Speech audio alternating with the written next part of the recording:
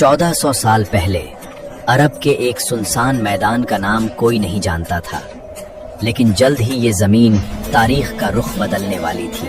रिवायत में आता है कि जिब्रील अलैहिस्सलाम ने अल्लाह के नबी को इस ज़मीन के बारे में खबर दी थी, जहां इस्लाम की सरबुलंदी के लिए तारीख की सबसे अजीम कुर्बानी दी जाएगी। उस वक्त कोई नहीं जानता था कि यही मैदान एक दिन करबला के नाम से जाना जाएगा, कुर्बानी पेश की जाएगी और जिसका जिक्र क़यामत तक किया जाएगा।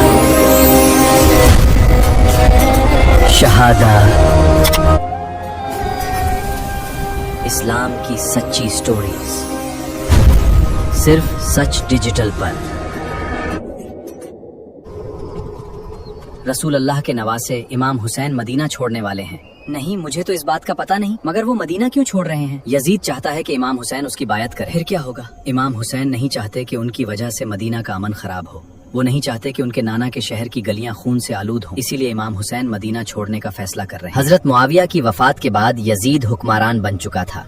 नया हुक्मरान अपनी हुकूमत को मजबूत करना चाहता था, इसलिए मुख्तलिफ अहम शख्सियत से बायत का मुतालबा किया गया। मदीना में भी बायत का मुतालबा पहुंचा, लेकिन इमाम हुसैन ने बायत कबूल नहीं की। इसी सूरत हाल ने आने वाले वाकयात की बुनियाद रख दी। 28 रजब 60 हिजरी इमाम हुसैन ने मदीना से रावांगी का फैसला कर लिया था। वो नहीं चाहते थे कि उनकी वजह से रसूल अल्लाह के शहर का अमन मुतासिर हो। मगर इमाम हुसैन ने बैत कबूल क्यों नहीं की? क्योंकि इमाम हुसैन हक पर कायम रहना चाहते थे। उनके नजदीक यजीद इस्लाम की तालीमात से दूर हो चुका था, इसीलिए उन्होंने उसकी बैत कबूल नहीं की। 28 रजब 60 हिजरी इमाम हुसैन मदीना से रवाना हो गए। ये सिर्फ एक सफर नहीं था, ये तारीख के सबसे अहम सफारों में से एक बनने वाला था। मदीना पीछे रह गया था, लेकिन आगे का सफर आसान नहीं था। अरब की सियासत एक नए मोड़ पर खड़ी थी और आने वाले दिनों में हालात मजीद संगीन होने वाले थे। मदीना से रवांगी के बाद सफर जारी रहा। अरब के रेगिस्तानों को पार करता हुआ यह काफिला मक्का की तरफ बढ़ रहा था। अब इस सफर का अगला मरहला मक्का था। कुछ दिनों के सफर के बाद काफिला मक्का पहुंच गया। यहाँ इमाम हुसैन ने चांद माह कयाम किया, लेकिन हालात अब भी पुरसुकून नहीं था। कूफा में बहुत से लोग इमाम हुसैन की हिमायत का इजहार कर रहे थे। उन्होंने इमाम हुसैन को पैगामात और खत भेजने शुरू कर दिए। उन खतों में एक ही दरख्वास्त बार बार लिखी जा रही थी। कूफा के लोग इमाम हुसैन को मक्का आने के लिए कह रहे थे।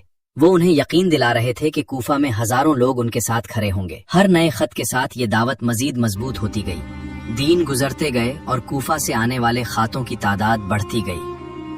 हजारों लोग इमाम हुसैन को कूफा आने की दावत दे रहे थे। कूफा से भेजे गए पैगामात मक्का पहुंचने लगे। एक या दो नहीं, बल्कि लगातार आने वाले खत एक ही बात कह रहे थे। तो फिर इमाम हुसैन ने क्या फैसला किया? कूफा से आने वाले खत बढ़ते जा रहे थे। हजारों लोग उन्हें कूफा बुलाने की दरख्वास्त कर रहे थे। फिर इमाम हुसैन ने क्या किया? इमाम ने कूफा की सूरत हाल मालूम करने का फैसला किया। इस मकसद के लिए मुस्लिम बिन अकील को कूफा भेजा गया, ताकि वहाँ के हालात का जायजा लिया जा सके और ये देखा जा सके कि कूफा के लोग अपने वादों पर कायम हैं या नहीं।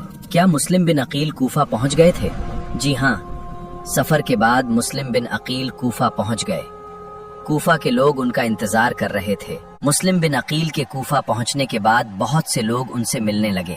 लोग अपनी हिमायत का इजहार कर रहे थे और लगता था कि कूफा अपने वादों पर कायम रहेगा। फिर क्या हुआ? कूफा के हालात की खबर यजीद तक पहुंच चुकी थी और देखते ही देखते शहर का माहौल बदलना शुरू हो गया। खौफ धीरे धीरे कूफा पर छाने फिर लगा। मुस्लिम बिन अकील को यकीन हो गया होगा कि कूफा के लोग अपने वादों पर कायम हैं। शुरू में हालात बिल्कुल ऐसे ही नजर आ रहे थे। हजारों लोग उनकी हिमायत का इजहार कर रहे थे। फिर क्या हुआ? लेकिन जब खौफ बढ़ने लगा तो वही लोग जो साथ देने का वादा कर रहे थे धीरे धीरे पीछे हटने लगे। लोग जो मुस्लिम बिन अकील कूफा में तन्हा रह गए थे। फिर मुस्लिम बिन अकील ने क्या किया? वो कूफा में पनाह की तलाश करते रहे, लेकिन हालात हर गुजरते लम्हे के साथ मुश्किल होते जा रहे थे। फिर क्या उन्हें कोई पनाह मिली? जी हाँ, आखिरकार उन्हें एक घर में पनाह मिल गई, लेकिन कूफा के हालात अब भी बहुत खतरनाक थे। क्या उनकी जगह मालूम हो गई थी? जी, जल्द ही उनके ठिकाने की खबर हुकूमती अफराद तक पहुंच गई और फिर उन्हें गिरफ्तार करने की तैयारी शुरू हो गई। तो फिर मुस्लिम बिन अकील का क्या हुआ? मुस्लिम बिन अकील को गिरफ्तार कर लिया गया। इस खबर ने पूरी कहानी का रुख बदल दिया, मगर इमाम हुसैन तक ये खबर अभी नहीं पहुंची थी। तो क्या मुस्लिम बिन अकील ने इमाम हुसैन को कोई पैगाम भेजा था? जी हाँ, جب کوفہ کے حالات ٹھیک تھا مسلم بن عقیل نے پیغام بھیجا. انہوں نے عرض کی کہ کوفہ کے لوگ آپ کا انتظار کر رہے ہیں. لیکن پھر حالات بدل گئے. جی. پیغام بھیجنے کے بعد کوفہ کا ماحول تیزی سے بدل گیا. خوف پھیل گیا اور مسلم بن عقیل تنہا رہ گئے. پھر امام حسین نے کیا فیصلہ کیا؟ مسلم بن عقیل کا پیغام امام حسین تک پہنچ چکا تھا مگر انہیں ابھی کوفہ کے بدلتے حالات کی خبر نہیں ملی. مسلم بن عقیل کا کیا ہوا؟ آخر کر انہیں شہید کر دیا گیا مگر ان کا پیغام امام حسین تک پہلے ہی پہنچ چکا تھا. کیا امام حسین کو مسلم بن عقیل کی شہادت کی خبر مل چکی تھی؟ نہیں. امام حسین سفر میں تھے اور ان تک ابھی کوفہ کے نئے حالات کی خبر نہیں پہنچی تھی. کیا سفر کے دوران کوئی نئی خبر ملی؟ جی ہاں. راستے میں ملنے والے کچھ لوگ کوفہ کے بدلتے حالات کا ذکر کرنے لگے لیکن تصویر ابھی بھی پوری طرح واضح نہیں تھی. پھر کیا فیصلہ ہوا؟ سفر کے دوران ملنے والی خبروں نے تشویش ضرور پیدا کی لیکن قافلہ اپنے سفر پر برقرار رہا. کیا انہیں مسلم بن عقیل کی شہادت کی خبر مل گئی تھی؟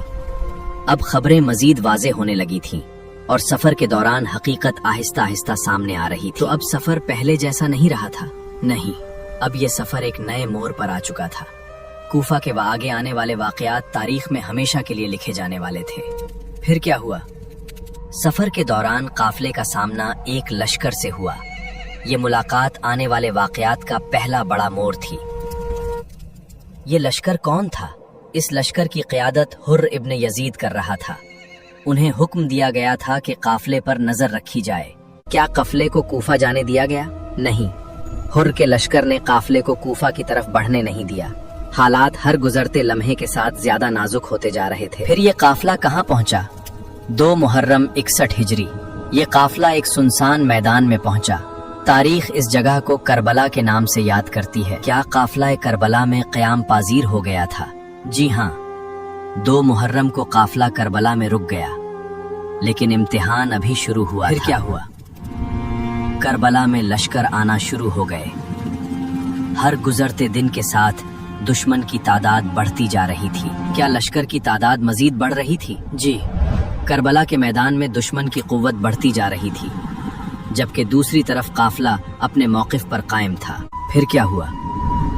دشمن نے فرات کے گرد اپنی نگرانی مضبوط کرنی شروع کر دی. ہر گزرتے دن کے ساتھ حالات زیادہ سخت ہوتے جا رہے تھے. کیا فرات تک رسائی مشکل بنائی جا رہی تھی؟ جی. دشمن نے داریاں کے گرد سخت پہرا لگا دیا تھا اور کربلا کے میدان میں تشویش بڑھتی جا رہی تھی. اب کربلا کے میدان میں کیا صورتحال تھی؟ دن گزرتے جا رہے تھے، امتحان سخت ہوتا جا رہا تھا اور کربلا اپنے سب سے اہم مرحلے کے قریب پہنچ رہی تھی. کیا اب تک صلح کی کوئی امید باقی تھی؟ کوششیں ضرور ہوئی تھیں لیکن حالات ہر لمحے زیادہ پیچیدہ ہوتے جا رہے تھے. کیا کربلا میں لشکر کی تعداد مزید بڑھ گئی تھی؟ جی. ہر گزرتے دن کے ساتھ نئے گروہ کربلا پہنچتے رہے اور میدان میں دشمن کی تعداد بڑھتی گئی. تو پھر کربلا کا میدان کیسا منظر پیش کر رہا تھا؟ ایک طرف چاند خیمے تھے اور دوسری طرف ہاؤ سپاہیوں پر مشتمل لشکر. امتحان کی گھڑی قریب آتی جا رہی. پھر کیا ہوا؟ پھر 7 محرم کا دن آیا اور فرات کے پانی تک رسائی روک دی گئی. کیا پانی مکمل طور پر بند کر دیا گیا تھا؟ فرات قریب تھا لیکن اس تک پہنچنا مشکل بنا دیا گیا تھا. کیمپ میں پیاس کا امتحان شروع ہو چکا تھا. اب کربلا کا ماحول کیسا تھا؟ پیاس بڑھ رہی تھی لیکن حوصلہ اب بھی بلند تھا. امتحان ہر گزرتے لمحے کے ساتھ سخت ہوتا جا رہا تھا. کیا کسی نے پانی لانے کی کوشش کی؟ جی.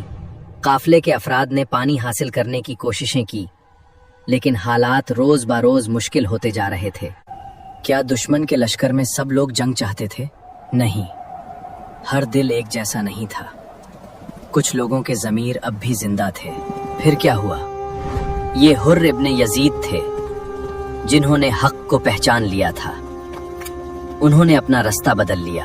کیا حر قافلے میں شامل ہو گئے تھے؟ جی.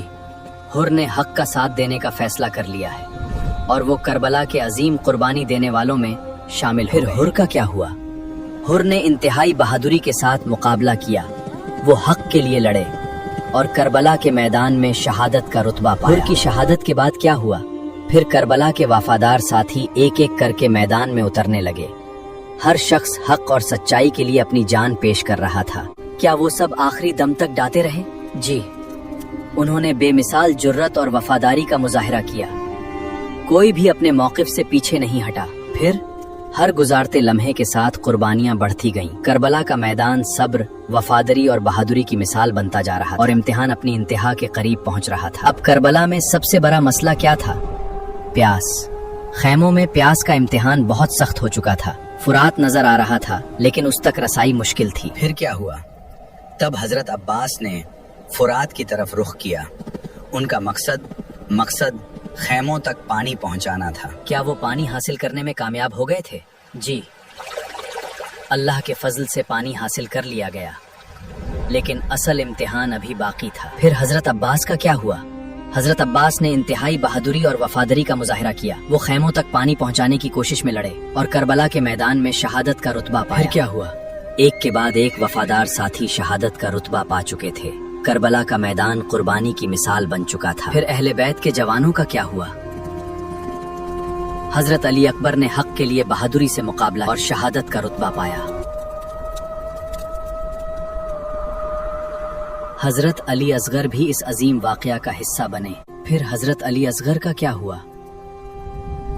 हजरत अली असगर भी करबला के मजलूम शुहदा में शामिल हुए। फिर क्या हुआ? आशूरा का दिन अपने आखिरी मराहिल में दाखिल हो चुका था। करबला का मैदान क्या अब मैदान में कोई साथी बाकी रह गया था? ज्यादातर साथी शहादत का रुतबा पा चुके थे, लेकिन पैगाम अब भी जिंदा था। इमाम हुसैन ने अपनी और अपने रुफका की कुर्बानी दे दी, लेकिन इस्लाम को मिटने नहीं दिया।